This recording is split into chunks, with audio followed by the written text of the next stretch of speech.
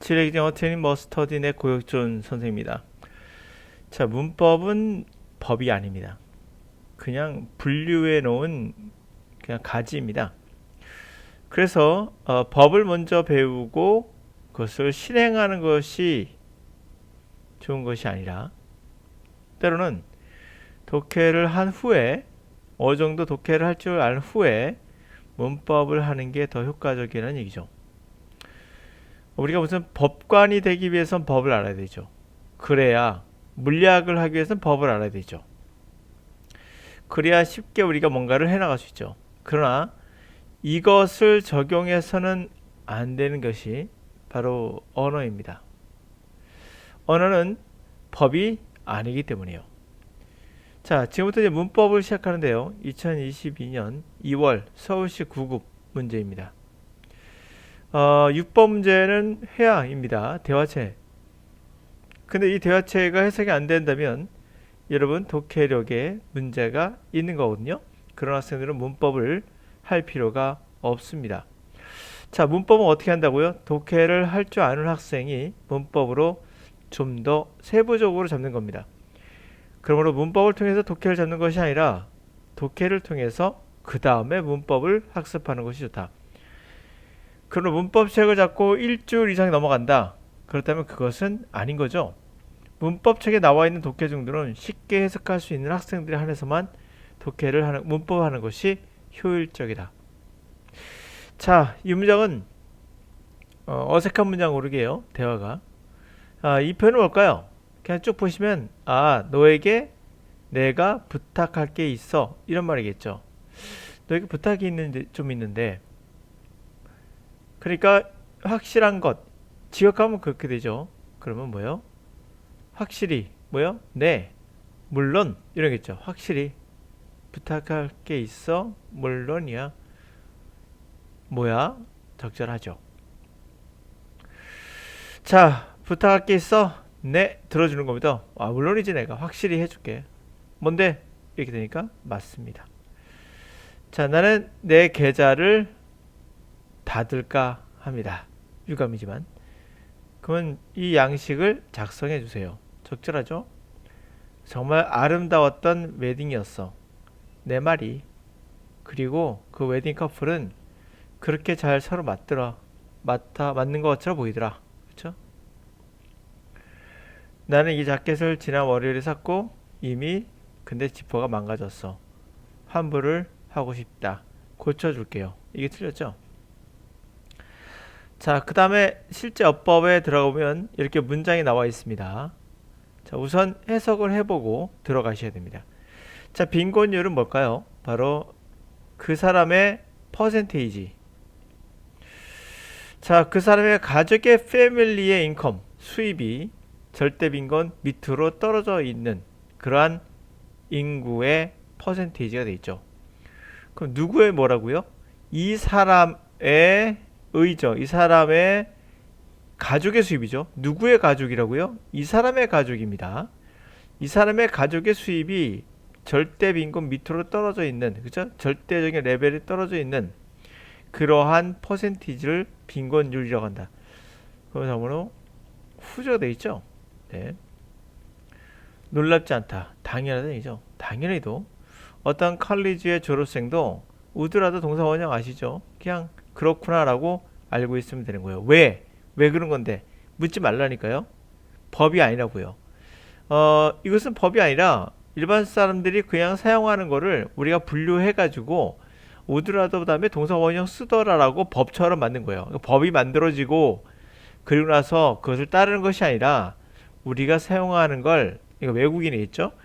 원어민들이 사용하는 걸 그냥 분류한 체계일 뿐이에요. 그러므로 항상 그들은 그렇게 사용 안 할 수도 있는 거예요. 그럼 또 새로운 문법이 나오는 거죠. 하여튼 어떠한 칼리지 학생의 우드라도 동사 원형 쓴다라고 그냥 알고 있으면 되는 겁니다. 동사 원형 맞죠? 노동력에 경제가 팽창한 후에 들어가는 게 아무도 더 좋아하겠죠? 뭐보다는 경제가 수축하는 그때보다는 당연히 딱 보시면 동일한 형태를 취하고 있죠? 네, 틀리지 않았죠? 이때보다는 이때가. 정답은 2번이 되겠죠? 가장 옳은 거. 다음에 이것은 힘들다. 사람들이 뉴스페이퍼를 집어드는데 어떠한 새롭게 리포트된 통계를, 경제 통계를 보지 않고 집어들기 힘들다. 무슨 말이에요? 사람들은 뉴스페이퍼를 들면, 그쵸? 자연스럽게 거기에 새롭게 리포트된 통계를, 경제 통계를 보게 된다는 거죠. 그쵸? 그거 보지 않고는 편지를 집어들기 힘들다는 뜻이니까. 여기까지 해석은 뭐 그렇게 해석이 됩니다. 근데 문제는 가주어예요. 그리고 대디아가 진주어예요. 구조상 우리가 알고 있는 문법상 틀렸습니까? 아니요. 문법은 맞아요. 구조가 맞기 때문에. 자, 문법의 구조는 정확히 맞으나 이렇게 사용하지 않습니다. 왜?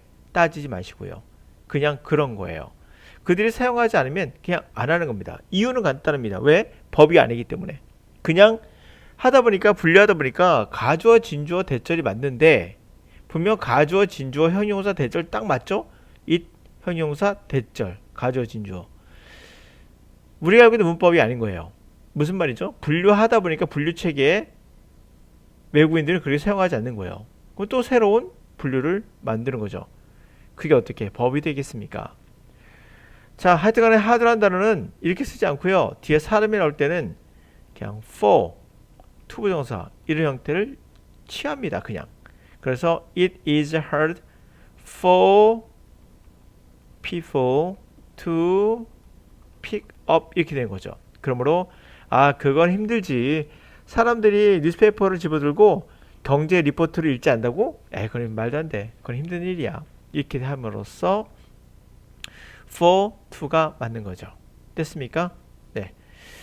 자, despite는 전치사라는 거 알고 있으면 됩니다. 주어, 동사 나왔죠? 전치사 뒤에 주어, 동사 나오면 안 되는 거 알고 계실 겁니다. 너무 많이 나온 단어니까요. 자, 그럼 정답은 지금 빈곤 성장이 에버리지 인컴에서 계속되고 어쩌고저쩌고 죄송합니다.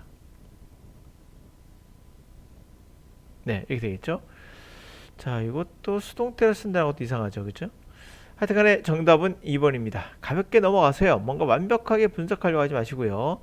hard란 단어는 그거 참 힘들어 했을 때 대절이랑 구조를 취하지 않고 사람일 때는 for to를 쓴다. 왜? 몰라. 이유는 없어. 그냥 그들은 그렇게 써. 자, 이렇게 가볍게 툭툭 쳐나가면서 알면 되는 거고요. 분석하고 그러지 마세요. 그럴 가치는 없습니다. 문법은요. 자, 남아있는 게 아무것도 없는 그녀는 아마도 그것을 고소하려고 할 것이다. 해야 할 것이다. 그녀를 강탈했던 그것을 그쵸? 달라붙으려고 해야 할 것이다. 옳지 않은 겁니다. 뭐 틀릴 거 없고요. 뭐 대또 관계사 위치가 들어가서 딱 맞죠? 그녀에게 말 좀 전해줘. 그렇죠? 그녀에게 말을 전해달라. 그녀의 장소를 좀 청소 좀 하라고. 어때요? 장소를 청소하다 할 때 당연히 수동이니까 cleaned가 되겠죠? 예. 장소가 청소하는 게 아니라 청소 당하는 거니까 뭐 상식 아니겠어요? ed. 정답은 2번이 틀렸군요. 살아있는 그녀는 전통이며 duty, 의무이며 우리말로 같이 의무를 할까요? 의무이며 케어인 것이다.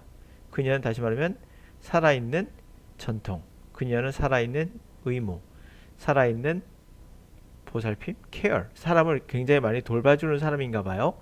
그리고 자신의 어떤 신이 주어진 의무를 다하는 그런 책임 있는 여자인가 봐요. 그리고 전통을 잘 따르는 그런 여자인가 봐요. 그래서 이렇게 쓰는 거거든요. 비유적 표현으로. 그녀는 전통이며 듀리이며 케어인 것이다. 살아있는. 화신이란 얘기죠. 당신은 레이디에게 면전에서 냄새난다고 비난할 수 있을까요? 비난할까요? 이런 말이죠. 뭐 정확히 accuse, 비난하다. 뭐를 이렇게 나오죠. 예, 됐습니다. 정답은 2번이 되겠죠. 이거 많이 나왔던 문장이죠. 당연히. 네, 그리고 그 다음 9번 문제. 틀린 겁니다. 어글리하고 올드하고 옐로우한 틴, 주석으로 된 버킷은 어디 옆에? 스토브 옆에 있다. 예, 틀리지 않았죠? 스토브 옆에 있다. 이런 거죠. 가장 완벽한 카피, 이제까지 발견된, 이것도 ed가 붙은 이유는 아시겠죠? 발명되어지는 거잖아요. 지가 하는 게 아니라 이제까지 발명된 가장 완벽한 카피어다. 조는 매우, 이것은 형용사 취할 때 형용사 강조할 때 쓰는 표현이잖아요. very old, very 뭐뭐 이렇게. 근데 ing 동사잖아요. 여기서는요. 저는 그녀를 frighten, 아주 무섭게 하고 있다라는 거니까 이건 안 되겠죠. 이건 형용사 강조죠. 이건 동사입니다. 분명 그녀를 겁주고 있다. 그녀를 생각한다. 그가 굉장히 순전히 바보라고. 틀릴 거 없죠. 10번. 자, 사람들은 그렇게 지속 가능한 방식으로 매일 행동할 수 있거든요. 언제? 그들이 옷을 입을 때요. 그리고 패션은 폭넓게 이해하는 거죠. sustainability. 그런 sustainability를 폭넓게 이해하고 지속 가능성을 폭넓게 이해한 상태에서 만들어진 패션이겠죠. 그것은 사람들을 지속 가능하게 환경뿐만 아니라 사람도 지속 가능하게 해줄 수 있다. 패션은 만드는 거예요, 만들어지는 거예요. ing 아니죠? ed 붙여야겠죠? 그러니까 지금 벌써 아까 보았던 것도 클린드 기억나시죠? 방금 봤던 이것도 ed 수동이죠? 깨끗이 방이 청소되어지는 거니까. 두 번째 이것도 발명되어진 수동이죠? 그리고 이것도 만들어진 패션 이렇게 되잖아요. 다 수동입니다. 문제가 3개나 다 수동으로 나왔는데요. 하여튼간에 독해를 많이 해보시면 자연스럽게 수동과 능동은 직감적으로 알 수 있거든요. 하여튼간에 패션은 폭넓게 시스템을 이해하면 어떻게 된다고요? 이해했을 때 사람들은 뿐만 아니라 환경뿐만 아니라 사람도 그렇게 지속가능하게 해줄 수 있다. 사람들은 어떤 욕망이 있다고요? 그렇게 사회적으로 책임 있는 선택을 하려는 그런 욕구가 있어요. 자신이 구입한 패션에 관련된 어떤 책임 있는 선택을 하고 싶은 거예요. 다시 말하면 지속 가능한 그런 물건을 선택하고 싶은 욕구가 있는 거죠. 환경에 좋은 물건을 사고 싶은 욕구가 있다는 거죠. 그럼으로써 디자이너와 프로덕트의 디벨로퍼, 개발자로서, 패션의 개발자로서 우리는 뭐에 맞닥뜨릴까요? 책임 있는 선택을 제공해 줘야 될 거 아니에요. 그렇죠? 환경에 도움이 되는 책임 있는 그런 선택할 수 있도록 제공해 줘야 될 그러한 거에 챌린지, 도전을 받겠죠. 우리는 그런 패션이라는 인식을 쭉 넓혀서 확장해서 오픈할 필요가 있어요. 다층에, 그리고 복잡한, 그러니까 여러 층에서 다층적인 그리고 복잡한 현존하는 그러한 것들에게 오픈할 필요가 있습니다. 무슨 말이에요? 그러니까 우리는 패션의 퍼세션 개념을 좀 확장해서 뭐 할 필요가 있다고요? 리메인을 알다시피 해석하면 그냥 오픈하다죠. 오픈한 상태로 남아있다. 그냥 오픈할 필요가 있다는 거야. 다층적인 복잡한 그러한 것들에게 이제는 오픈할 필요가 있어요. 패션의 개념을 어떤 개념으로? 자동차나 기타 등등 뭔지 모르겠으나 다층적인 복잡한 것들에게도 오픈할 필요가 있다는 거죠. 패션의 개념을. 그래서 사람이나 가정이나 환경, 패션을 구성하는, 형성하는, 만드는 사람도 있고 가정도 있겠고 환경도 있겠죠. 그런 것들 또한 새로운 지속가능한 방향을 지금 요구하고 있다라는 거예요. 얼마나 마법처럼 동화같이 훌륭한 멋진 기회가 지금 기다리고 있습니까? 로 끝나야 돼요. 물론 여기서는 정답은 1번이었던 거죠. 네, 이겁니다. 자, 문법이라는 것은 해석을 전제로 했을 때만이 여러분들이 더 빨리 향상될 수 있다는 건 미리 말씀드리고요. 문법만 가지고 강의하는 강사는 가짜예요. 여러분들은 잘 몰라서 그러지 나중에 알았으면 좋겠는데 죽을 때까지 모를 수도 있습니다. 사람이라는 거 어떤 도움을 받았을 때 그것 때문에 예를 들어서 이렇게 생각해 봅시다. 오늘 내가 과거에 원시 시대 사람이에요. 원신입니다. 근데 과학을 몰라요. 근데 한 달 동안 비가 안 왔어요. 한 달 동안 비가. 그러면 우리는 비가 안 온 거에 대한 해결책을 원할 것이고, 갑자기 무당, 우리가 말하는 무술을 하는 이 나와서 기우제를 올립니다. 무슨 말인지 아실 거예요. 기우제 올리면 한 달 동안 비가 안 왔기 때문에 운이 좋으면 비가 올 확률이 높아진 상태거든요. 이미 확률적으로 비가 올 높아진 상태에서 이 사람이 기우제를 하면 비가 왔어요. 그럼 사람들이 이렇게 생각하죠. 기우제를 해서 비가 왔다고 생각하죠. 비가 올 때가 돼서 비가 왔다고 생각 안 할 수도 있다는 거예요. 이게 원신의 특징이죠. 문법을 잘하는 학생들은 독해를 잘해서 문법을 쉽게 적용할 수 있고 배울 수 있는 건데, 문법을 통해서 독해를 배웠다고 자기가 생각할 수도 있거든요. 자, 문법을 배웠기 때문에 문법을 풀 수 있다고 생각하는 학생들도 있을 거예요. 그만큼 자신이 어떤 것 때문에 문법이 좋아졌는지를 잘 모르고 있는 거죠. 하다 보니까 문법을 들어갔을 뿐이에요. 그리고 수능 같은 경우나 이렇게 공무원 영어나 모든 영어에서 가장 여러분이 주의할 게 있어요. 제가 몇 번 유튜브를 보다 보니까 이런 걸 좀 보게 돼서 말 안 할 수가 없어요. 유튜브에 피해야 될 인물들이 있습니다. 바로 성공 사례. 요거 주의하셔야 돼요. 자기가 뭐 9급에 뭐 7급에 뭐 6개월 만에 1년 만에 뭐 이렇게 해서 붙었어요 하면서 성공 사례를 말해 주는 경우가 있을 거예요. 또는 수능도 마찬가지고요. 또는 영어 회화도 마찬가지예요. 나는 이렇게 해서 성공했어요. 그럼 내가 이거를 그대로 따라가면 성공하겠구나 라고 착각하지 마세요. 이 성공했던 이 사람이 자기가 뭐 때문에 성공했는지 잘 몰라요. 모릅니다. 그냥 자신에게 맞는 뭐가 있었던 것도 있고요. 자신에게 특별한 특징이 있을 수도 있고요. 그것은 과학적으로 분석을 해봐야 돼요. 그런데 이 학생들이 뭔가 권하죠. 나는 영어는 누구를 들어서, 그리고 단어장을 어떻게 정리해서 어떻게 했고, 단어장 이게 좋고 나쁘고 품평을 해요. 그리고 나서 이거를 그대로 따라하는 학생도 있을 거예요. 성공할 수 있을까요? 실패 확률이 더 크죠. 왜? 여러분들의 맞는 옷이 아니고 이건 과학적으로 증명된 적이 없어요. 개인적 경험인 거예요. 개인의 경험을 얘기한다면 끝도 없습니다.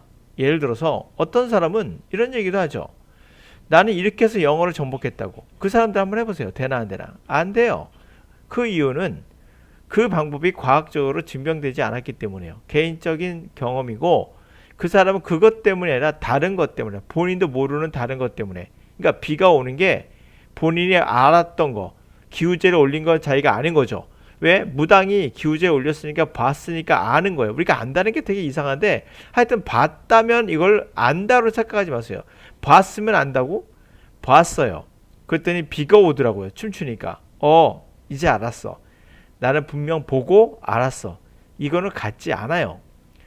마찬가지로 영어라는 것도 영어뿐만 아니라 모든 것들이 사실 성공 사례라고 나온 사람들 그대로 따라한다고 성공할 수 없습니다. 그 사람이 자기가 왜 성공한지를 모르기 때문에 그래요. 그 사람마다 자기도 모르는 뭔가가 언어에 대한 능력 또는 언어에 대한 어떤 것이 작용한 거예요. 그것을 찾아내서 가르쳐 주는 게 강사인 거예요. 그래서 이들은 강사가 돼서는 안 되는 사람들이에요. 자기의 성공 사례 갖고 얘기하면 안 돼요. 그래서 과외가 때로는 위험한 거예요. 왜 위험할까요? 자신도 몰라요. 예. 위험할 수밖에 없습니다. 자신도 모르는데 지가 아는 거 알려주는 것밖에 지나지 않아요. 자신이 알고 있는 거 알려주는 건 학교 선생님도 할 수 있어요. 굳이 과외 받으면서까지 할 필요는 없어요. 물론 과외가 효과가 있느냐? 있죠. 이유는 간단합니다. 과외는 상세하게 설명하니까 배우는 것 같기 때문에 자신이 예를 들어서 이렇게 생각합시다. 자, 이 사람은 1시간 동안 영어를 공부해요. 근데 과외를 통해서 1시간을 더 붙여줬어요. 어때요? 2시간 하게 되겠죠? 그러면 이 사람과 그냥 1시간만 한 사람하고 누가 더 효과적일까요? 이게 더 효과적이죠. 2시간을 더 했으니까. 우선에 더 했으니까. 이해가 가시나요? 이게 더 많이 해서 그럴 수 있다는 겁니다. 그러니까 뭔지는 모를 수 있다는 거예요. 물론 과외는 가르치는 학생이 잘 가르쳐주면 너무 좋죠. 근데 얘가 뭘 가르치겠어요? 그냥 자기가 알고 있는 거 지식 넣어주거나 개인 경험담이나 하는 거죠. 개인 경험담이라는 건 미신의 세계와 같은 거예요. 이런 걸 믿지 마시기 바라요. 그러나 유튜브에 너무 많아서 제가 얘기해 드릴게요. 바로 성공 사례 믿지 마라. 이건 지도 모른다. 자기도 모르면서 떠드는 게 더 위험해요. 그래서 그런 말 있잖아요. 어설픈 무당이 사람 잡는다고요. 바로 그겁니다. 이거 어설픈 무당이에요. 본인이 성공하면 그게 무슨 절대적인 방법인 것처럼 뭐 절대 반지입니까? 성공 사례가? 말도 안 되는 이야기 갖고 있는 거죠. 근데 또 웃기는 거는 이 학생들이 얘기한 것도 비난하면은 어떤 학생들은 그렇게 비난할 수가 없다는 거죠. 왜? 얘가 성공했으니까. 그게 되는 게 아니에요. 강사가 할 일은 성공 사례를 가지고 하는 것이 아니라 강사가 해야 될 일은 이게 과학적으로 정말 가능한 건가, 그리고 가장 효과적인가를 연구를 꾸준히 해서 만들어내야 되는 실험인 거예요. 근데 어떻게 성공 사례를 가지고 어떻게 하겠습니까? 어떤 사람 암을 마늘 먹고 나왔대요. 무슨 곰입니까? 환웅이에요? 암을 죽을 병인데 암 사기인데 마늘 먹고 나왔다. 이런 사람들도 있어요. 뭐 성공 사례죠? 그럼 믿고 한번 해보세요. 죽죠. 그대로 죽어요. 이분이 암을 낳았던 걸 마늘로 착각하고 있는 거예요. 뭐가 있을 수도 있겠죠. 아니, 암을 잠을 진단했거나 아니면 다른 원인이 있을 수도 있는데도 불구하고도 이분은 성공 사례인 거죠. 이게 바로 무지한 사람의 특징이에요. 성공 사례 믿지 마라. 이 성공한 애 얘도 모른다. 지도 모르면서 떠드는 거예요. 선무당이 사람 잡는 거예요. 그래서 학생들에게 막 이 책 저 책 소개하죠. 다 보시면 도움 되나요? 도움 되죠. 공부한 거니까. 이것 때문에 붙은 게 이 책 때문에 붙은 게 아니에요. 예? 많이 해서 붙은 거지. 네, 하여튼 가장 효율적인 방법은 바로 어쩔 수 없어요. 강사가 정확히 이끌어줘야 돼요. 잘못된 방법은 여러분들에게 좋지 못한 결과를 실패 확률을 높여줍니다. 정확한 방법은 성공 확률을 높여주는 거예요. 100% 성공이라는 건 없습니다. 확률을 높은 걸 쫓아가세요.